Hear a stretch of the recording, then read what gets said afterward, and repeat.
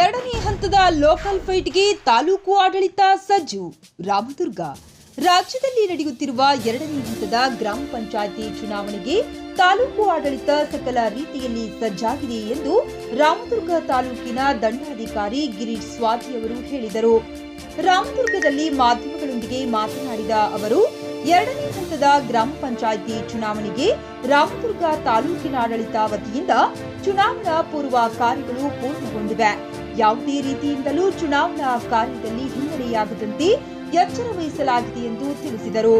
33 ಗ್ರಾಮ ಪಂಚಾಯಿತಿಗಳಿಗೆ ಚುನಾವಣೆ ನಡೆಯುತ್ತಿದ್ದು 1384 ಅಭ್ಯರ್ಥಿಗಳು ಕಣದಲ್ಲಿದ್ದಾರೆ ಹಾಗೂ 491 ಚುನಾವಣೆ ನಡೆಯಲಿದೆ ಎಂದು ಮಾಹಿತಿ ನೀಡಿದರು.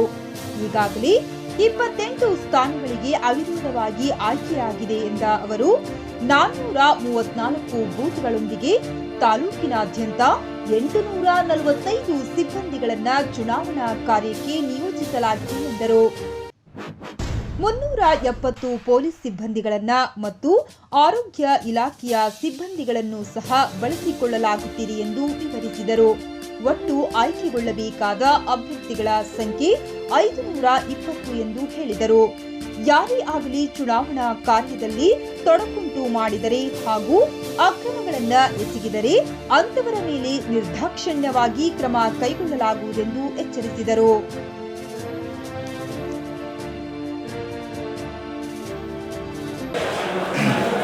ಗ್ರಾಮ ಪಂಚಾಯಿತಿ ಚುನಾವಣೆಗಳು 2020ಕ್ಕೆ ಸಂಬಂಧಪಟ್ಟಂತೆ ಈಗಾಗಲೇ ಮೊದಲನೇ ಹಂತದ ಚುನಾವಣೆ ಪ್ರಕ್ರಿಯೆ ಕಂಪ್ಲೀಟ್ ಆಗಿದೆ.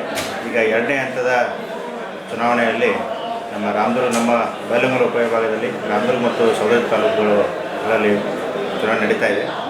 ಅದರಲ್ಲಿ ರಾಮದುರ್ಗ ತಾಲೂಕಿನಲ್ಲಿ ಒಟ್ಟಿಗೆ 33 ಪಂಚಾಯತಿಗಳಲ್ಲಿ ಇವತ್ತು ಎಲೆಕ್ಷನ್ ನಡೀತಾ ಇದೆ. ಚುನಾವಣಾಧಿಕಾರಿಗಳಿಗೆ ಸಂಬಂಧಪಟ್ಟಂತೆ ಹಾಗೂ ಮತಗಟ್ಟೆಗಳಿಗೆ ಸಂಬಂಧಪಟ್ಟಂತೆ ಇಲ್ಲಿ ವಾಹನದ ವ್ಯವಸ್ಥೆ ಇರ್ಬೋದು, ಚುನಾವಣಾಧಿಕಾರಿಗಳಿಗೆ ಊಟದ ವ್ಯವಸ್ಥೆ ಹಾಗೂ ಉಳಿದಂತೆ ಈ ನಮ್ಮ ಸ್ಟೇಟ್ ಎಲೆಕ್ಷನ್ ಕಮಿಷನರ ಮಾರ್ಗದರ್ಶನದಂತೆ ಏನು ನಿಯಮಾನುಸಾರ ನಾವು ಕ್ರಮ ಕೈಗೊಂಡಿದ್ವಿ. ಇವತ್ತು ಇನ್ನೊಂದು 1 ಗಂಟೆಯಲ್ಲಿ ಎಲ್ಲ ಚುನಾವಣಾ ಸಿಬ್ಬಂದಿಗಳು ತಮ್ಮ ಮತಗಟ್ಟೆಗಳಿಗೆ ತೆರಳಿ ಅಲ್ಲೇ ಇವತ್ತು ತಂಗ್ತಾರೆ. ಅಲ್ಲಿ ಇದ್ಕೊಂಡು ನಾಳೆ 5 ಗಂಟೆವರೆಗೆ ಚುನಾವಣೆ ಪ್ರಕ್ರಿಯೆಯನ್ನು ಮುಗಿಸಿ ಮತ್ತೆ ಟೀಮ್ ಲಿಸ್ಟಿಂಗ್ಗೋಸ್ಕರ ಇದೇ ಸ್ಕೂಲಲ್ಲಿ 2020 ಗ್ರಾಮ ಪಂಚಾಯತಿ ಸಾರ್ವತ್ರಿಕ ಚುನಾವಣೆ ನಡೀತಾ ಇದೆ. ಇವತ್ತು ರಾಮದುರ್ಗ ತಾಲೂಕಿಗೆ ಸಂಬಂಧಪಟ್ಟಂಗೆ ಎಲ್ಲ ಸಿದ್ಧತೆಗಳನ್ನು ನಾವು ಪೂರ್ಣಗೊಳಿಸಿ ಚುನಾವಣೆ ತಯಾರಾಗಿ ಬಂದಂಥ ಚುನಾವಣೆ ಸಿಬ್ಬಂದಿಗಳಿಗೆ ವಾಹನದ ವ್ಯವಸ್ಥೆ, ಊಟದ ವ್ಯವಸ್ಥೆ ಏನಿದೆ ಅವರಿಗೆ ಅಲ್ಲಿ ತಮ್ಮ ಬೂತ್ಗಳಿಗೆ ಹೋಗಲಿಕ್ಕೆ ರೂಟಿನ ವ್ಯವಸ್ಥೆ ಮಾಡಿ ಎಲ್ಲ ಸಿದ್ಧತೆಗಳನ್ನು ಮಾಡಿಕೊಳ್ಳಲಿದೆ. ನಾಳೆ ಜರುಗುವ ಮತದಾನ ಬೆಳಗ್ಗೆ 7ರಿಂದ ಸಾಯಂಕಾಲ 5 ಗಂಟೆವರೆಗೆ ಮತದಾನ ನಡೆದಿದೆ. ಕಾನೂನು ಸುವ್ಯವಸ್ಥೆ, ಚುನಾವಣೆಗೆ ಸಂಬಂಧಪಟ್ಟಂಗೆ ಚುನಾವಣೆಯ ನೀತಿ ಸಂಹಿತೆ, ರಾಜ್ಯ ಚುನಾವಣಾ ಆಯೋಗದಿಂದ ಆದಂಥ ಎಲ್ಲವನ್ನು ನಾವು ಕ್ರಮವನ್ನು ಕೈಗೊಂಡು ಚುನಾವಣೆ ಸಿದ್ಧತೆ ಮಾಡಿ ಇವತ್ತು ಎಲ್ಲ ಚುನಾವಣೆ ಅಧಿಕಾರಿಗಳಿಗೆ ಮತಗಟ್ಟೆಗಳಿಗೆ ಕಳಿಸುವಂಥ ವ್ಯವಸ್ಥೆ ಮಾಡಿದ್ವಿ.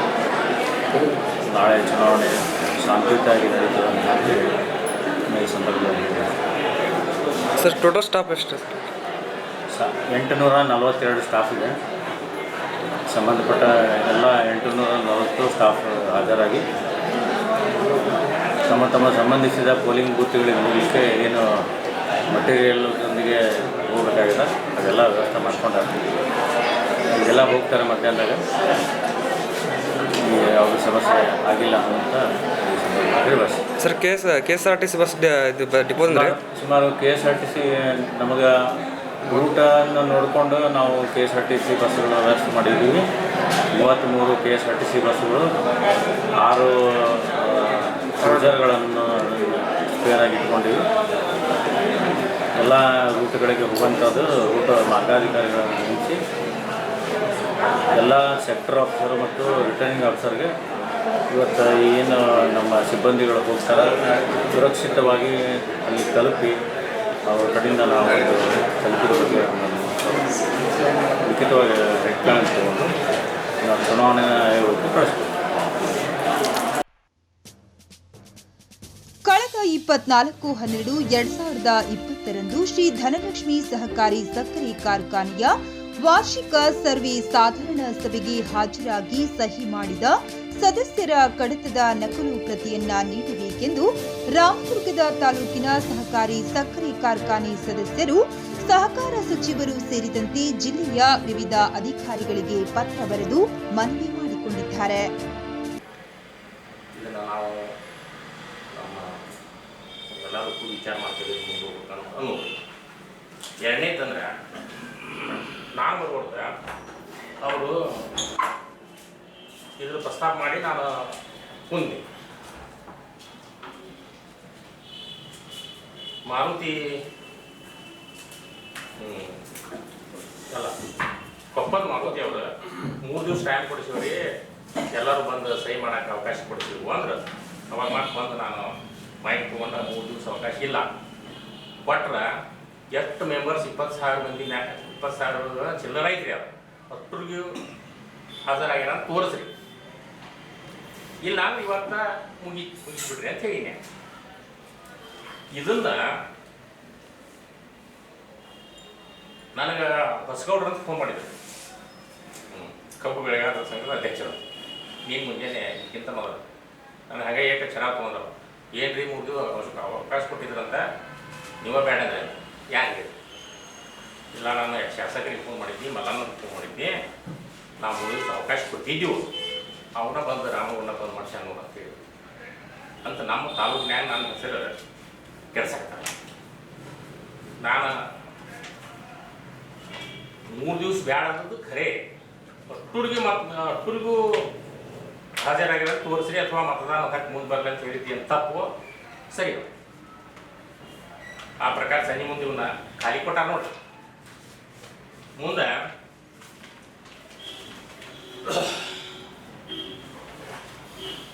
ನಮ್ಗೆ ಅನುಪಯುಕ್ತ ಸದಸ್ಯರಿಗೆ ಏನು ಮಾಡ್ತಾರ, ಅನುಪಯುಕ್ತ ಮಾಹಿತಿ ಕೊಡ್ತಾರ. ಮುಂದೆ ರೈತರಿಗೆ ಈ ಸಭೆ ಕುರಿತು ಇಲ್ಲ ಸಲ್ಲದ ಆರೋಪ ನನ್ನ ವಿರುದ್ಧ ಹೇಳಿ ಮುಗಿತ. ಸಭೆಯಲ್ಲಿ ಹಾಜರಾತಿ ಇಲ್ಲದೆ ಇರುವ ಬಗ್ಗೆ ಸೂಕ್ತ ಕ್ರಮ ಕೈಗೊಳ್ಳಲು ಸೂಚಿ.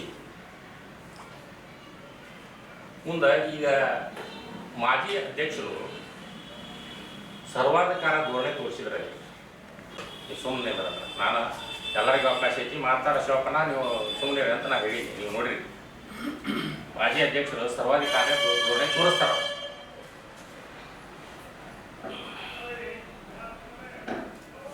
ಮತ್ತು ನಾವು ಹೋದ್ರೆ ರೈತರು ಅಥವಾ ಸದಸ್ಯರು ಹೋದ್ರೆ ಯಾವುದೇ ಮಾಹಿತಿ ನೀಡುವುದಿಲ್ಲ. ಮುಂದೆ ಇನ್ನೊಂದು ವಿಷಯ ಪ್ರಸ್ತಾಪ ಮಾಡ್ತೀನಿ, ಫ್ಯಾಕ್ಟ್ರಿ ಬಗ್ಗೆ.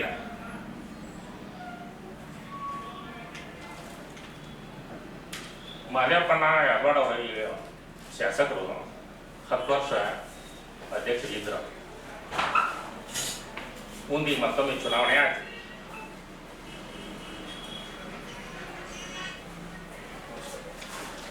ಸಂಸ್ಥಾಪಕ ಅಧ್ಯಕ್ಷರಾದಂಥ ಹಿರೇರೆಡ್ಡಿ ಅವರ ಜೋಡಿ ತುಪ್ಪದವರು, ಕರ್ನಾಟಕಿ ಅವರು, ಬೆಳವಣಿಗೆ ಅವರು, ಸುರಗ್ ಅವರು, ಇನ್ನೂ ಉಳಿದ ಹೆಸರು ನನಗೆ ಗೊತ್ತಾಗುದಿಲ್ಲ. ಅವ್ರ ಅಧ್ಯಕ್ಷರನ್ನ ಈಗೇನು ಆಯ್ಕೆ ಮಾಡ್ಯಾರಲ್ಲ ಮಾದೇವಪ್ಪಣ್ಣ, ಅದ್ರಾಗ ತೆಪ್ಪ್ಯಾರ ಅನ್ನೋದಕ್ಕಿಂತ ವಿಫಲತೆ ಆಗಿದೆ. ಯಾಕೆ ಅನ್ನೋದು ಗಣನೆ ಮಾಡಿ ಹೇಳ್ತೇನೆ. 20 ವರ್ಷ 30 ವರ್ಷದ ಆ ಫ್ಯಾಕ್ಟ್ರಿ ಒಳಗೆ ಅನುಭವ ಇದ್ದಂಥವು, ಕಾಯಂ ನಿರ್ದೇಶಕರಿದ್ದಂಥವು, ಇವರಿಗೂ ಸಹಾಯ ಮಾಡಿದಂಥವು, ಇವ್ರ ಪಕ್ಷದೊಳಗೆ ಇರುವಂಥವ್ರು ಇದ್ರೋ ಇಲ್ಲೋ ಅನುಭವಿಗಳು. ಅವ್ರ ವಯಸ್ಸೇನು, ಅವ್ರ ಅನುಭವ ಏನು, ಈಗ ಆದ ಅಧ್ಯಕ್ಷರ ವಯಸ್ಸೇನು, ಇವರ ಅನುಭವ ಏನು, ಇದನ್ನಟ್ಟ ಒತ್ತು ಕೊಟ್ಟು ನೀವು ಇದು ಮಾಡಿ. ಮುಂದೆ ನಾವು ಈ ಹೋರಾಟನ ಇಷ್ಟಕ್ಕೆ ಬಿಡುವುದಿಲ್ಲ. ಕಾನೂನು ರೀತಿ ಇರ್ಬೋದು ಅಥವಾ ಏನೋ ಈ ಸ್ಟ್ರೈಕ್ ಪ್ರತಿಭಟನೆ ಇರ್ಬೋದು, ನಾವು ಇನ್ನೇನು ಬಿಡುವುದಿಲ್ಲ. ಮುಂದೆ ಇನ್ನೊಂದು, ಈಗ 3 ರಿಂದ 5 AGM ಆದವ್ರ ಹೆಸರು ಕೈ ಬಿಟ್ಟಾರ. 20,000 ಮಂದಿ ಟೋಟಲ್ ಲಿಸ್ಟ್ನಾಗ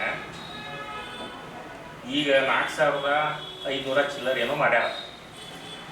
3 AGM ಕನಿಷ್ಠ ಹಾಜರಾದ ಏನು ಸದಸ್ಯರ ರೈತ ಬಾಂಧವರಲ್ಲ ಅವರಿಗೆ ನಾವು ನ್ಯಾಯ ಒದಗಿಸಿಕೊಡ್ತೇವೆ. ಅವರು ನಮ್ಮ ಸಂಪರ್ಕಕ್ಕೆ ಬಂದರೆ ನಮ್ಮ ಸಂಪರ್ಕದ ನಂಬರ್ನ ತಗೋರಿ, ಅವ್ರಿಗೆ ಎಲ್ಲಿ ಅರ್ಜಿ ಕೊಡಬೇಕು ಕೊಡಿಸಿ, ಯಾಕೆ ಅನ್ಯಾಯ ಆಗೈತಿ ಅನ್ನೋದನ್ನು ಅವ್ರಿಗೆ ತಿಳಿಸುವಂಥ ಪ್ರಯತ್ನ ನಾವು ಮಾಡ್ತೇವೆ. ನನ್ನ ನಂಬರ್ ಒಂದು ಕೊಟ್ಟುಬಿಡ್ರಿ, 974 ಐತಿಲ್ರಿ. ಮತ್ತು 20-30 ವರ್ಷ ಅನುಭವದಾರನ್ನ ಬಿಟ್ಟು ಇವರು ಅಂಥವ್ರು ಯಾರಿದ್ರಿ? ಅಂಥವ್ರು ಯಾರಿದ್ರಿ?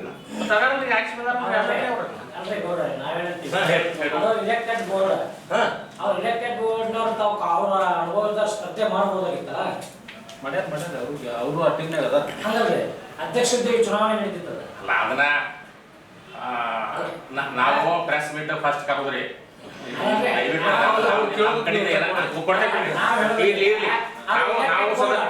ನಾವು ರೀ ಸದಸ್ಯರಿದೆವು.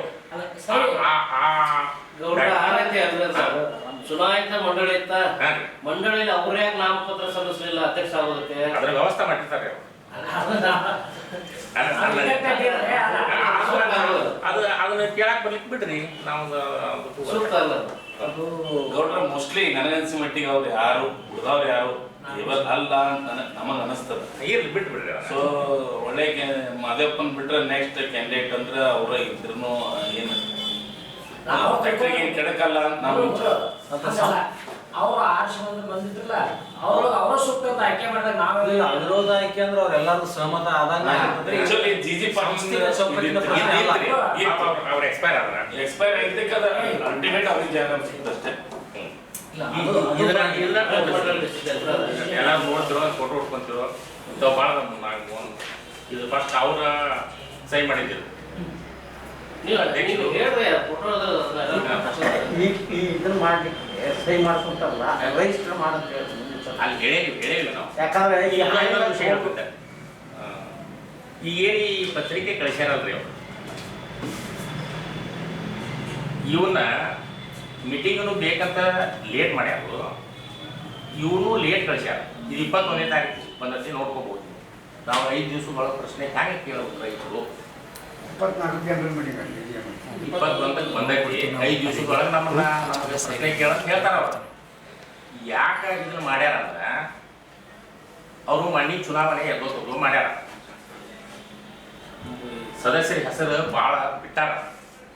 3 AGM ಬಂದಾಗ 5 AGM ಬಂದಾಗ ಅವ್ರದ್ದು ಅಷ್ಟೂರು ಲಿಖಿತ ಪ್ರಶ್ನೆ ಕೇಳ್ತಾರೋ ಚಂಚನ ಅದನ್ನ ನಾವು ಹೇಳ್ಕೊಂತ ಕೂರುದು ಆಕತ್ತಂತ ಇದನ್ನ ಷಡ್ಯಂತ್ರ ಮಾಡ್ಯಾರ. ಮುದ್ದಾಮ್ ಲೇಟ್ ಮಾಡ್ಯಾರ. ಮತ್ತು ಕೆಲವೊಬ್ರಿಗೆ 18ನೇ ತಾರೀಕಿಗೆ ಸಿಕ್ಕ ಹೊಡೆದು 21ನೇ ತಾರೀಕು ಕೊಟ್ಟಾರ ನನಗೆ. ನಾನು ಅದನ್ನ ಪೋಸ್ಟ್ ಜನರಲ್ ಪೋಸ್ಟ್ ಆಫ್ ಅವ್ರಿಗೆ ಲೆಟರ್ ಹಾಕಿ ಅದನ್ನು ತಿಳ್ಕೊಂತೆ. 18ನೇ ತಾರೀಕಿಗೆ ಸಿಕ್ಕಾಕ್ಯಾರ, 21ನೇ ತಾರೀಕಿಗೆ ತಂದು ಮನೆ ಕೊಟ್ಟಾರ. ಅದು ಭಾಳ ಮಾಡ್ಯಾರ. ಅದನ್ನು ನಾನು ಅಲ್ಲಿ ಪೋಸ್ಟ್ ಆಫೀಸ್ನಾಗ ಎಲ್ಲಿ ಕೇಳಬೇಕು, ಬೆಂಗಳೂರು ಕೇಳಬೇಕು, ಬೆಳಗಾವಿ ಕೇಳಬೇಕು ಕೇಳ್ತೇನೆ. ಇವರು ಮುದ್ದಾಮ ಅವರು ಲೇಟ್ ಮಾಡಿ ಪತ್ರಿಕೆ ಲೇಟಾಗಿ ಮುಟ್ಟುವಂಥ ವ್ಯವಸ್ಥೆ ಮಾಡ್ಯಾರ.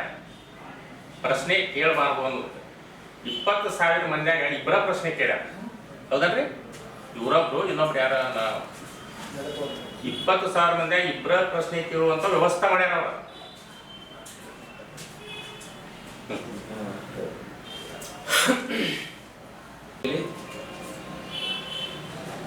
ನಾನು ಚನ್ನಮಲ್ಲು ಹಳಗೋಡಿ ಈ ಒಂದು ಭಾಗದ ರೈತರ ಹಿತವನ್ನು ಕಾಪಾಡುವ ಉದ್ದೇಶದಿಂದ ಈ ಪತ್ರಿಕಾಗೋಷ್ಠಿಯಲ್ಲಿ ಭಾಗವಹಿಸಿದ್ದೇನೆ. ನಮ್ಮ ಮುಖ್ಯ ವಿಷಯ ಏನು ಅಂತಂದರೆ, ಇಲ್ಲಿಯವರೆಗೆ ಒಟ್ಟಾರೆ ಧನಲಕ್ಷ್ಮಿ ಸಹಕಾರಿ ಸಕ್ಕರೆ ಕಾರ್ಖಾನೆಯಲ್ಲಿ ಚುನಾವಣೆಗೆ ಹೇಗೆ ನಡೆದಿದ್ದು ಅಂತಂದರೆ, ಎಲ್ಲ ಸದಸ್ಯರಿಗೂ ಮತದಾನದ ಹಕ್ಕನ್ನು ನೀಡತಕ್ಕಂಥ ಒಂದು ವ್ಯವಸ್ಥೆ ಇತ್ತು. ಆದರೆ ವೈದ್ಯನಾಥನ್ ಸಮಿತಿ ಅಂತಕ್ಕಂಥ ಒಂದು ಸಮಿತಿಯನ್ನು ಶಿಫಾರಸು ಮಾಡಿತು. ಅಂದರೆ ಸಹಕಾರಿ ಸಂಘಗಳಲ್ಲಿ ಷೇರುದಾರ ಸದಸ್ಯರು ಆಕ್ಟಿವ್ ಆಗಿ ಪಾರ್ಟಿಸಿಪೇಷನ್ ಮಾಡಬೇಕು ಅನ್ನೋ ಉದ್ದೇಶಕ್ಕೋಸ್ಕರ ವೈದ್ಯನಾಥನ್ ಸಮಿತಿಯನ್ನು ಶಿಫಾರಸು ಮಾಡ್ತು. ಅಂತಂದರೆ 5 ವಾರ್ಷಿಕ ಸರ್ವಸಾಧಾರಣ ಸಭೆಗಳಲ್ಲಿ 3ರಲ್ಲಿ ಯಾರು ಭಾಗವಹಿಸ್ತಾರೋ ಅವರಿಗೆ ಮಾತ್ರ ಮತದಾನದ ಹಕ್ಕು ಕೊಡಬೇಕು ಅಂತಕ್ಕಂಥ ಒಂದು ಶಿಫಾರಸನ್ನು ಮಾಡ್ತು. ಅದನ್ನು ನಮ್ಮ ಕರ್ನಾಟಕ ರಾಜ್ಯ ಸರ್ಕಾರ ಒಪ್ಕೊಂತು. ಆದರೆ ಈಗ ಸಂವಿಧಾನದ ಮೂಲಭೂತ ಹಕ್ಕಿನಲ್ಲಿ ಸಹಕಾರಿ ಸಂಘ ಸಂಸ್ಥೆಗಳನ್ನು ಸ್ಥಾಪನೆ ಮಾಡಬೇಕು ಅಂತಕ್ಕಂಥ ಒಂದು ಅಂಶವನ್ನು ಸಂವಿಧಾನದ ಮೂಲಭೂತ ಹಕ್ಕಿನಲ್ಲಿ ಸೇರ್ಪಡೆ ಮಾಡಲಾಗಿದೆ. ಸಂವಿಧಾನದ ವಿಧಿ 19ರಲ್ಲಿ ಅದನ್ನು ಸೇರ್ಪಡೆ ಮಾಡಲಾಗಿದೆ. ಸೊ ಯಾವಾಗ ಒಂದು ಸಂಸ್ಥೆ ಸಂವಿಧಾನದ ಚೌಕಟ್ಟಿನಲ್ಲಿ ಬರುತ್ತೋ ಆ ಸಂಸ್ಥೆಯ ಎಲ್ಲ ಚಟುವಟಿಕೆಗಳು ಸಂವಿಧಾನದ ಮೂಲಭೂತ ಹಕ್ಕುಗಳಾಗಿ ಮಾರ್ಪಾಡಾಗ್ತವೆ. ಸೊ ಇಲ್ಲಿ ಏನಾಗುತ್ತೆ ಅಂದರೆ ಈ ಸಹಕಾರಿ ಸಂಸ್ಥೆಗಳ ಮೂಲ ಒಂದು ಸಿದ್ಧಾಂತ ಏನು ಅಂದರೆ ಒಂದು ಷೇರು ಒಂದು ಮತ ಅಂತಕ್ಕಂಥದ್ದು ಸಹಕಾರಿ ಸಂಸ್ಥೆಗಳ ಮೂಲ ಸಿದ್ಧಾಂತ ಅದು. ಸೊ ಇಲ್ಲಿ ಪ್ರತಿಯೊಬ್ಬ ಸದಸ್ಯರಿಗೂ ಮತದಾನದ ಹಕ್ಕನ್ನು ನೀಡಬೇಕಾಗಿರ್ತಕ್ಕಂಥದ್ದು ಸಹಕಾರಿ ಸಂಸ್ಥೆಯ ಕರ್ತವ್ಯ, ಯಾಕಂದರೆ ಅದು ಮೂಲಭೂತ ಹಕ್ಕಾಗಿ ಈಗ ಮಾರ್ಪಾಡಾಗಿದೆ. ಸೊ ಇಂಥ ಸಂದರ್ಭದಲ್ಲಿ ವೈದ್ಯನಾಥನ್ ಸಮಿತಿಯನ್ನು ಶಿಫಾರಸು ಮಾಡಿದೆ, ಅದು ಅನ್ಕಾನ್ಸ್ಟಿಟ್ಯೂಷನಲ್. ಆ ಶಿಫಾರಸೆ ಅನ್ಕಾನ್ಸ್ಟಿಟ್ಯೂಷನಲ್, ಸಂವಿಧಾನದ ವಿರೋಧವಾಗಿರ್ತಕ್ಕಂಥ ಒಂದು it is against the basic tenet of the constitution. ಸಂವಿಧಾನದ ಮೂಲ ಆಶಯಕ್ಕೆ ವಿರುದ್ಧವಾಗಿರ್ತಕ್ಕಂಥ ಒಂದು ಶಿಫಾರಸು ಅದು. ಸೊ ಅದಕ್ಕೆ ಹೈಕೋರ್ಟ್ನಲ್ಲಿ ಈ ಸದ್ಯಕ್ಕೆ ಈ ಕೇಸ್ ಫೈಲ್ ಆಗಿದೆ. ಹೈಕೋರ್ಟ್ ಇದಕ್ಕೆ ಸ್ಟೇ ಕೂಡ ಕೊಟ್ಟಿದೆ.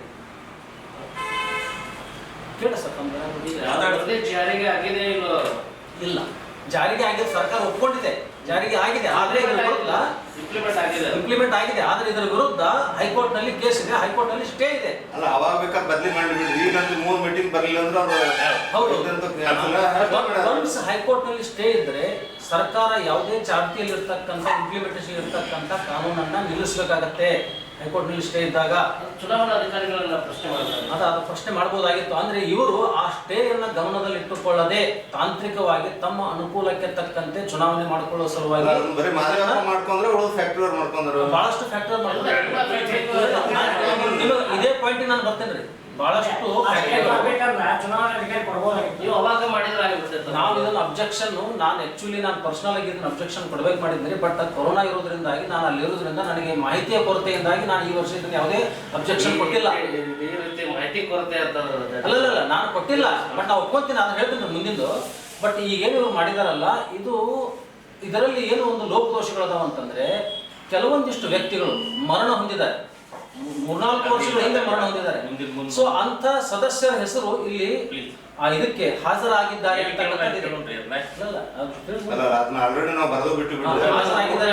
ಪಾಯಿಂಟ್ ಇದೆ. ಆಮೇಲೆ ಕೆಲವೊಬ್ರು ಜೈಲಿನಲ್ಲಿ ಶಿಕ್ಷೆ ಅನುಭವಿಸ್ತಾ ಇದ್ದಾರೆ 2012ರಿಂದ.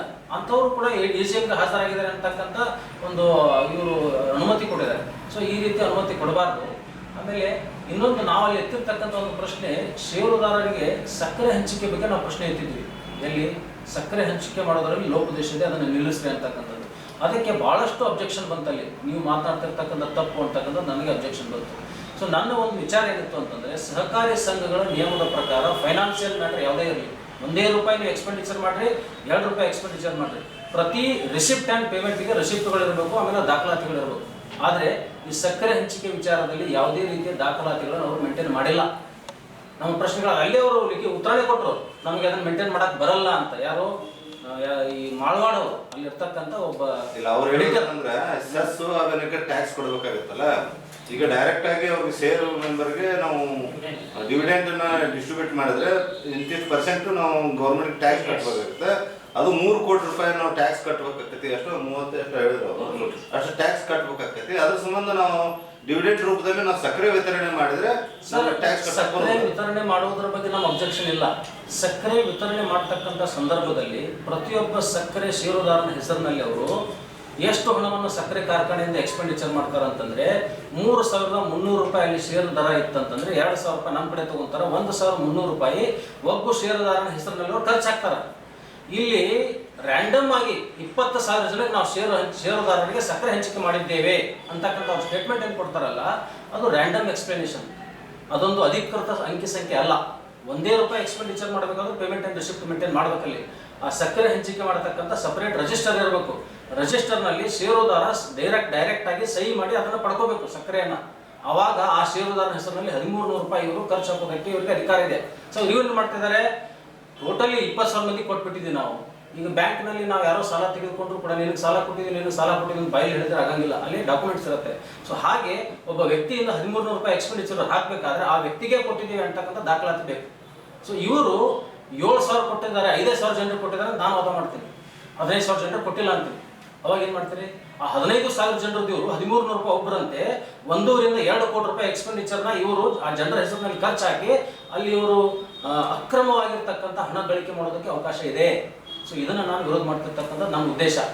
ಇದನ್ನು ತಪ್ಪಿಸ್ಬೇಕು ಅಂತಂದ್ರೆ ನೀವು ಟ್ರಾನ್ಸ್ಪರೆನ್ಸಿ ತರಬೇಕಾದ್ರಲ್ಲಿ ದಾಖಲಾತಿಯಲ್ಲಿ ಕರೆಕ್ಟಾಗಿ ಸಿಗ್ನೇಚರ್ ತಗೋಬೇಕು. ಇಲ್ಲ, ನೀವು ಒಂದು ಆ್ಯಪ್ ಕ್ರಿಯೇಟ್ ಮಾಡಿರಿ. ಈಗ ಎಲ್ಲ ಕಡೆನೂ ಡಿಜಿಟಲ್ ಇಂಡಿಯಾ ಕ್ರಿಯೇಟ್ ಆಗ್ತಾ ಇದೆ. ಒಂದು ಆ್ಯಪ್ ಕ್ರಿಯೇಟ್ ಮಾಡಿರಿ. ಪ್ರತಿಯೊಬ್ಬ ಷೇರುದಾರನ ಆಧಾರ್ ಕಾರ್ಡ್ ತಗೊಳ್ರಿ.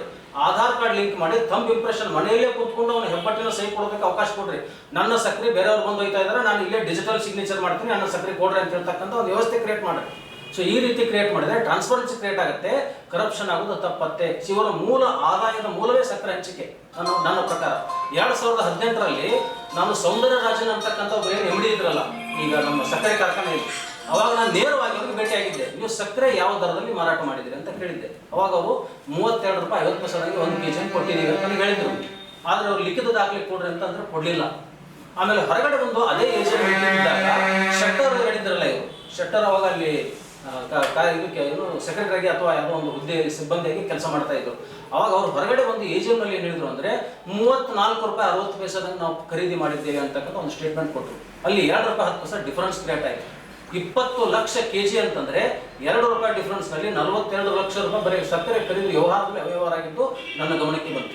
ಸೊ ಇದಕ್ಕಾಗಿ ನಾನು ರೈಟ್ ಟು ಇನ್ಫಾರ್ಮೇಶನ್ ಆ್ಯಕ್ಟ್ನಲ್ಲಿ ಅವರಿಗೆ ನೀವು ಸಕ್ಕರೆಗೆ ಪೇಮೆಂಟ್ ಏನು ಮಾಡಿದಿರಿ, ಯಾವ ರೂಪದಲ್ಲಿ ಮಾಡಿದಿರಿ, ಚೆಕ್ ಮೂಲಕ ಮಾಡಿದ್ರು, ನೆಫ್ಟ್ ಮೂಲಕ ಮಾಡಿದ್ರು ಅಥವಾ RTGS ಮೂಲಕ ಮಾಡಿದ್ರು, ಯಾವ ರೂಪದಲ್ಲಿ ಅವರಿಗೆ ನೀವು ಸಕ್ಕರೆಗೆ ಪೇಮೆಂಟ್ ಮಾಡಿದರೆ ಆ ಪೇಮೆಂಟ್ ಮಾಡಿರ್ತಕ್ಕಂಥ ದಾಖಲಾತಿ ನನಗೆ ಕೊಡ್ರಿ. ಆಮೇಲೆ ಅವರು ಯಾರು ಪ್ಯಾರಿಸ್ ಶುಗರ್ದವರು ನಿಮ್ಮಿಂದ ಹಣ ಏನು ಪಡ್ಕೊಂಡಿರ್ತಾರಲ್ಲ, ರಿಸೀವ್ಡ್ ಇಷ್ಟು ಅಮೌಂಟ್ ನಾನು ತೊಗೊಂಡಿದ್ದೀವಿ ಅಂತಕ್ಕಂಥದ್ದು ಅವರಿಗೆ ಅದು ರಿಸೀವ್ಡ್ ಆಗಿರುತ್ತೆ. ಆ ರಿಸೀವ್ಡ್ ಕಾಪಿ ಅವರಿಂದ ಅವರ ಬ್ಯಾಂಕ್ ದಾಖಲಾತಿ ನನಗೆ ಇಸ್ಕೊಂಡು ಕೊಡಬೇಕು. ಇದರಲ್ಲಿ 2 ಕಡೆ ಡಿಫರೆನ್ಸ್ ಕ್ರಿಯೇಟ್ ಆಗಿದೆ, ಇಲ್ಲ ನಾನು ಚೆಕ್ ಮಾಡಬೇಕಾಗಿತ್ತು. ಇದನ್ನು RTIನಲ್ಲಿ ನಾನು ಕೇಳಿದರೆ ಅವ್ರು ಉತ್ತರ ಕೊಡಲಿಲ್ಲ. ಸೊ ಈಗ ನೆಕ್ಸ್ಟ್ ನನಗೆ ಆ ಟೈಮ್ ಇರದೇ ಇರೋ ಕಾರಣಕ್ಕೋಸ್ಕರ ನಾನು ನಮ್ಮ ಸ್ಟೇಟ್ ಇನ್ಫಾರ್ಮೇಷನ್ ಕಮಿಷನ್ಗೆ ಅದನ್ನು ಅಪ್ಲಿಕೇಶನ್ ಕೊಡೋಕ್ಕಾಗಿಲ್ಲ. ಈಗ ಮತ್ತೊಮ್ಮೆ ಅದೇ ಪ್ರಶ್ನೆ ಅಂತ ಕೇಳ್ತೇನೆ, ನಾನು ಕೇಳಿಕೊಂಡು ಅದನ್ನು ಈಗ ಹೈಕೋರ್ಟಲ್ಲಿ ಇದನ್ನು ಪ್ರಶ್ನೆ ಮಾಡ್ತೇನೆ. ಸೊ ಇವೆಲ್ಲ ಅವ್ಯವಹಾರಗಳನ್ನು ತೆಗಿಬೇಕಂತಕ್ಕಂಥದ್ದು ನಮ್ಮ ಉದ್ದೇಶ ಇದೆ. ಸೊ ದಯವಿಟ್ಟು ಅದಕ್ಕೆ ಈ ಎಲ್ಲ ವಿಷಯಗಳನ್ನು ನೀವು ಪ್ರಸ್ತಾಪ ಮಾಡಿರಿ. ಇದರ ಸಂಬಂಧಪಟ್ಟಂತೆ ನಾವು ಹೈಕೋರ್ಟ್ನಲ್ಲಿ ಹೋರಾಟ ಮಾಡ್ತೇವೆ. ಆಮೇಲೆ ನಾವು ಏನೋ ಪ್ರಶ್ನೆ ಕೇಳಕ್ಕೆ ಹೋದರೂ ಕೂಡ ನಾವು ಇನ್ನೂ ಪ್ರಶ್ನೆನೇ ಕೇಳೋದಿಲ್ಲ, ಇನ್ನೂ ಪ್ರಶ್ನೆ ಮೈಕ್ ಹಿಡ್ಕೊಂಡು ಸ್ಟಾರ್ಟ್ ಮಾಡಿರ್ತೀವಿ. ಅಂಥ ಸಂದರ್ಭದಲ್ಲಿ ತಕ್ಷಣದಲ್ಲಿ ಅವರ ಅಳಿಯ ಈ ಮಾರುತಿ ತುಪ್ಪದವರು ಏನವರು ZP ಜಿಲ್ಲಾ ಪಂಚಾಯತ್ ಒಬ್ಬ ಜಿಲ್ಲಾ ಪಂಚಾಯತ್ ಸದಸ್ಯನಾಗಿ ಜನಪ್ರತಿನಿಧಿಯಾಗಿ ಯಾವ ರೀತಿ ನಾಗರಿಕತೆಯನ್ನು ವರ್ತನೆ ಮಾಡೋಕೆ ಅದನ್ನು ಬಿಟ್ಟು ಒಂದು ಕ್ವಶನ್ ಕೇಳ್ತಕ್ಕಂಥವ್ರು ಮೈಕನ್ನು ಕಸ್ಕೊಳಕ್ಕೆ ಬರೋದು, ದಬ್ಬಾಳಿಕೆ ಮಾಡ್ತಕ್ಕಂಥದ್ದು, ಅದು ವೈಲೇಷನ್ ಆಫ್ ಫಂಡಮೆಂಟಲ್ ರೈಟ್. ಅದು ಯಾಕಂತಂದ್ರೆ ರೈಟ್ ಟು ಎಕ್ಸ್ಪ್ರೆಷನ್, ಅದು ಅಧಿಕೃತವಾಗಿ ನಾನು ಪ್ರಶ್ನೆ ಕೊಟ್ಟಿದ್ದೇನೆ. ಅಧಿಕೃತವಾಗಿ ಪ್ರಶ್ನೆ ಕೊಟ್ಟಾಗ ನಾನು ಕೇಳ್ತಕ್ಕಂಥದ್ದು ನನ್ನ ಮೂಲಭೂತ ಹಕ್ಕದು, ರೈಟ್ ಟು ಎಕ್ಸ್ಪ್ರೆಷನ್. ಅದು ನನ್ನ ಅಭಿವ್ಯಕ್ತಿ ಸ್ವಾತಂತ್ರ್ಯ. ಅದು ಆ ಅಭಿವ್ಯಕ್ತಿ ಸ್ವಾತಂತ್ರ್ಯವನ್ನು ಹರಣ ಮಾಡಕ್ಕೆ ಬಂದಿದ್ದಾರೆ ಅವರು. ಫಂಡಮೆಂಟಲ್ ರೈಟ್ ಅನ್ನು ವೈಲೇಷನ್ ಮಾಡಕ್ಕೆ